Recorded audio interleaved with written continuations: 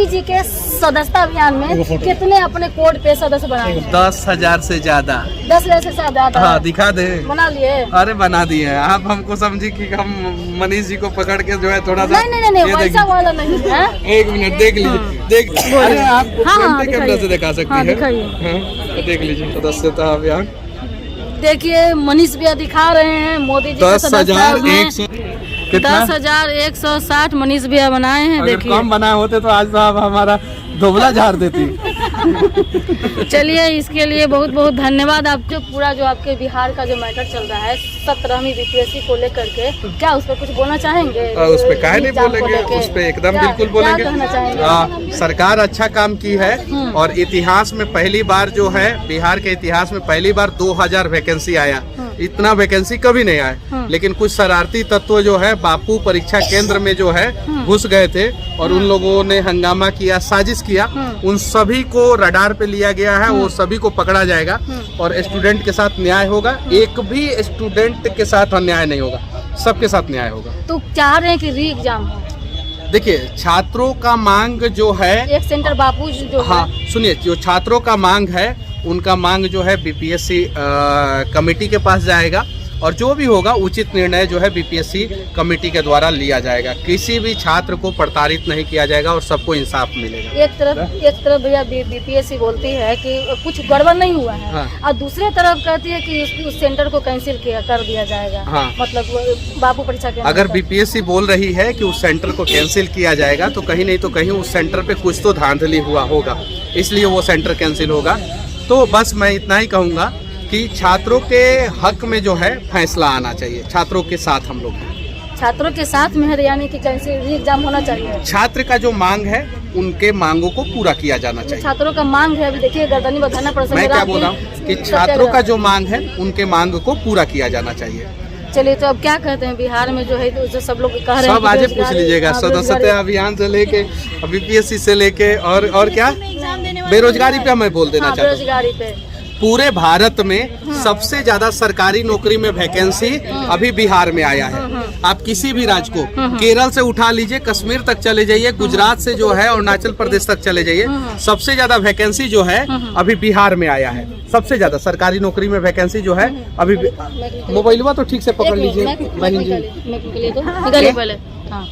ठीक भैया, बोलिए भैया। हाँ, तो सबसे ज्यादा वैकेंसी बिहार में आया सरकारी नौकरी में। आप देख सकती है, जाके उठा लीजिए, देख लीजिए, ये सच्चाई है।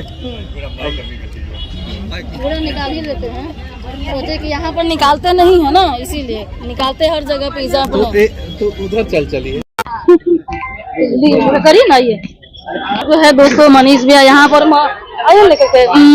मौजूद हैं भैया, और इनसे तमाम जो है बिहार के मुद्दे को लेकर के बहुत दिन के बाद मिले हैं और इनको थोड़ा सा बात विचार करते हैं कि क्या होगा बिहार में जो आगामी विधानसभा चुनाव को लेकर के। क्या विधानसभा चुनाव को लेकर? अरे तो कैमरा तो बैक हो रहा है, कभी फ्रंट, किसी को दे दीजिए और आराम से सवाल पूछ लीजिए, परेशान मत होइए, मैं भागूंगा नहीं। हाँ, आप पूछिए क्या पूछ रही है? बोल रहे कि आगामी विधानसभा चुनाव को लेकर के क्या कुछ कहेंगे, बिहार में क्या नीति और मुद्दा क्या रहेगा? देखिए सरकार जो है भारतीय जनता पार्टी जदयू का गठबंधन है, एनडीए का गठबंधन है। सरकार 2025 का चुनाव होगा, उसमें हमारी सरकार फिर से बनेगी।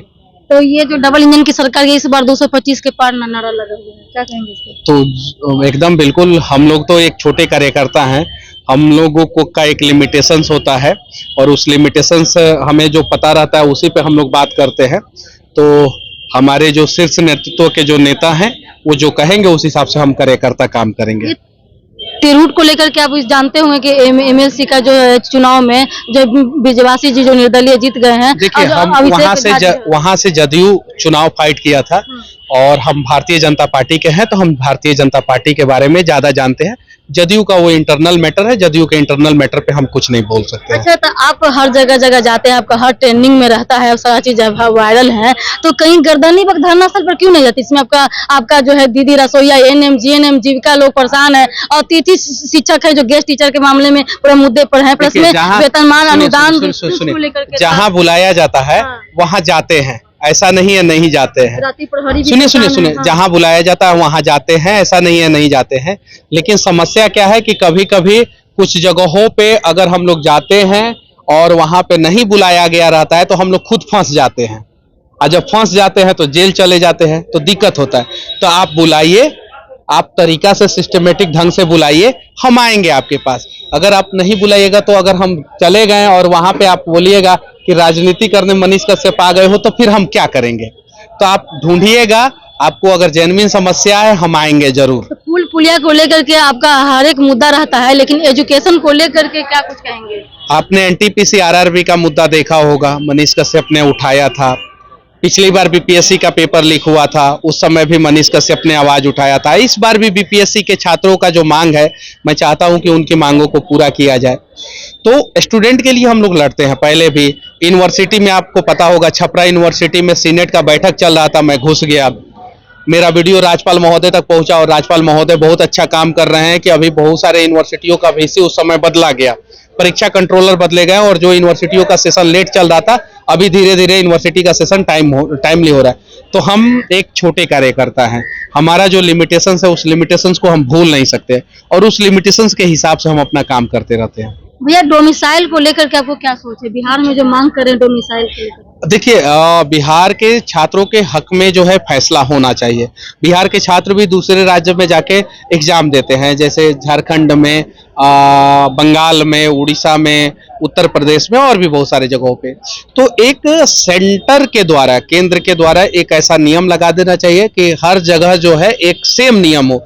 जैसे कहीं जो है 75% हो जाता है, कहीं 90% हो जाता है, कहीं 60% हो जाता है, तो कहीं कहीं जो है अलग अलग नियम हो जाता है। तो एक नियम लगना चाहिए पूरे देश में और उससे जो है छात्रों को फायदा होगा, एग्जाम देने वाले छात्रों को फायदा होगा। वन नेशन वन इलेक्शन पे आपका क्या थॉट है? क्या सारा सवाल आज पूछ लीजिएगा। One nation one election, one nation one election लागू होना चाहिए। इसलिए भी लागू होना चाहिए कि उससे देश का संसाधन बचेगा। हर 6 महीने के बाद जो है देश पूरा चुनाव मोड में चला जाता है, तो वन नेशन वन इलेक्शन लागू होना चाहिए। और बहुत सारे देशों में, बहुत डेवलप्ड देशों में जो है, कंट्री में जो है one nation one election already लागू है। तो बिहार में जो गरीबी स्थिति, क्या फिर से जो है बेरोजगारी, क्या मुद्दा क्या रहेंगे? अभी आप पता कीजिए, पूरे भारत में सबसे ज्यादा सरकारी नौकरी में वैकेंसी, पूरे भारत में सबसे ज्यादा सरकारी नौकरी में वैकेंसी जो है बिहार में आया है, सबसे ज्यादा।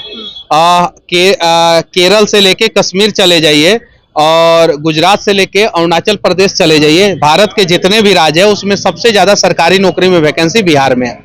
तो जब वैकेंसी इतना सारा आया है तो इसकी प्रशंसा की जानी चाहिए, और आप और हम सभी अच्छा काम सरकार करे तो प्रशंसा की जानी चाहिए। तो बहुत ज्यादा वैकेंसी आया है, बच्चे जो हैं उस वैकेंसी को में फॉर्म भरे और सरकारी नौकरी लें।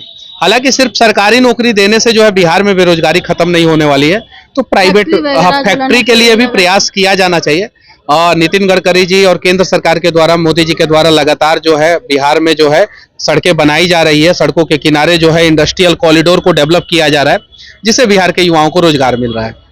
बस आपसे भी एक लास्ट सवाल है, जो पहले से कर चुके हैं, जैसे गेस्ट टीचर जो स्किल हो चुके हैं, या उसमें जो 12 लाख की जो नौकरी मिलेगा, क्या उन लोगों को एडजस्ट किया जाएगा? जो एक्सपीरियंस धारी हैं, उन लोगों का जो ओवर एज हो चुका है, तो उसमें न इधर के न उधर के हैं, नहीं वो जॉब में ले पाएंगे, न सक्षमता दे पाएंगे, उनका क्या कुछ होगा? देखिए, उचित निर्णय होना चाहिए। आउटसोर्सिंग पे है, जो संविदा पे कर चुके हैं, उन लोगों का मैं क्या बोल रहा हूँ कि उचित निर्णय होना चाहिए और सरकार को एक डिसीजन लेना चाहिए, जिससे जो है बिहार के हर एक युवाओं का भविष्य बचाया जा सके। मेरा स्किल जो एक्सपीरियंस धारी हैं, तो क्या उनमें एडजस्ट होगा?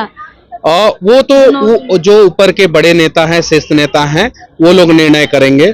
उसके बारे में ज्यादा जानकारी मुझे नहीं है। संविदा आउटसोर्सिंग जो है, ठेकेदारी, सब बंद होना चाहिए नहीं? आउटसोर्सिंग पर जो देखिए, आउटसोर्सिंग पे तो पूरे देश में काम हो रहा है, ऐसा नहीं है कि सिर्फ यहीं पे काम हो रहा है। शोषण भी बहुत हो रहे हैं।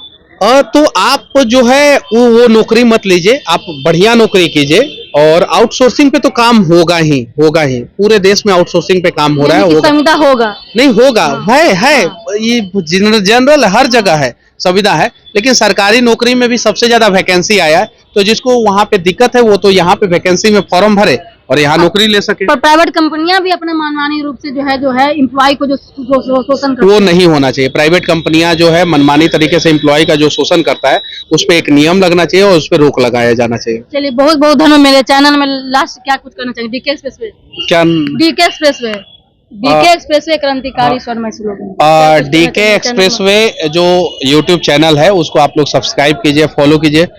और ढेर सारा इनको प्यार दीजिए ताकि जो है ये भी जो है आत्मनिर्भर हो सके और अमेरिका से जो है यूट्यूब जो है डॉलर में पैसा जो है इनके खाते में भेज सके। जय हिंद।